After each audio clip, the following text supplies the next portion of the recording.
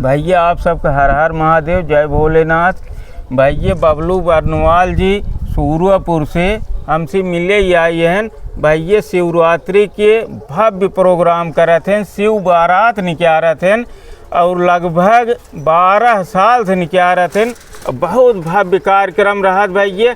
आप सब सादर आमंत्रित है, एक दाएँ जरूर आओ भैया, देखा एकदम मंत्र मुग्ध हो जाए, हृदय आनंदित हो जाए। भैया बताओ आप कैसे कैसे काव काव करत हैं शिव जी की पूजा में।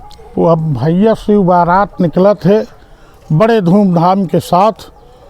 पंचमुखेश्वर महादेव मंदिर भवानीपुर में स्थित है, वहीं से बारात निकाल गया थे, जिसमें हाथी, ऊंट, घोड़ा, उसके बाद फौजी बाजा, मिलिट्रिक बाजा और लहरी बैंड पार्टी आवत है, डीजे रहा थे, पचगुइयों का नाच रहा थे, विंटेज कार, जनरेटर, रथ, बग्घी, इतना भैया सब कुछ व्यवस्था हो थे। भैया हर गली गली में लंगर लाग रहे, प्रसाद हर जगह मिले, भोजन प्रसाद सब कुछ बहुत बढ़िया व्यवस्था रहे। भैया आप सब जरूर आया, एक दाएँ देखे और मतलब जे वीडियो देखा था वो अवै की है, जे ना देखा था वीडियो भैया जे देखा था सब अपने अपने गांव भरे के लिए क्या भैया। आप सब सादर आमंत्रित है, जितना जने आ जाबा उतना ही ठीक रहे भैया।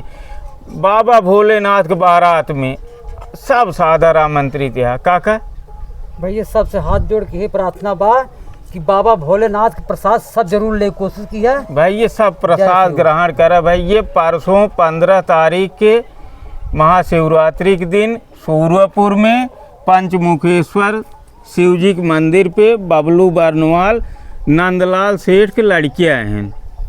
नंदलाल सेठ की प्रसिद्ध दुकान सब आप सब जानते ही हुई हैं सूरपुर, उन्हीं की लड़कियाँ हैं बबलू बरनवाल भैया करत हैं। तो इनके कार्यक्रम का आनंद जरूर ले जाएं भैया।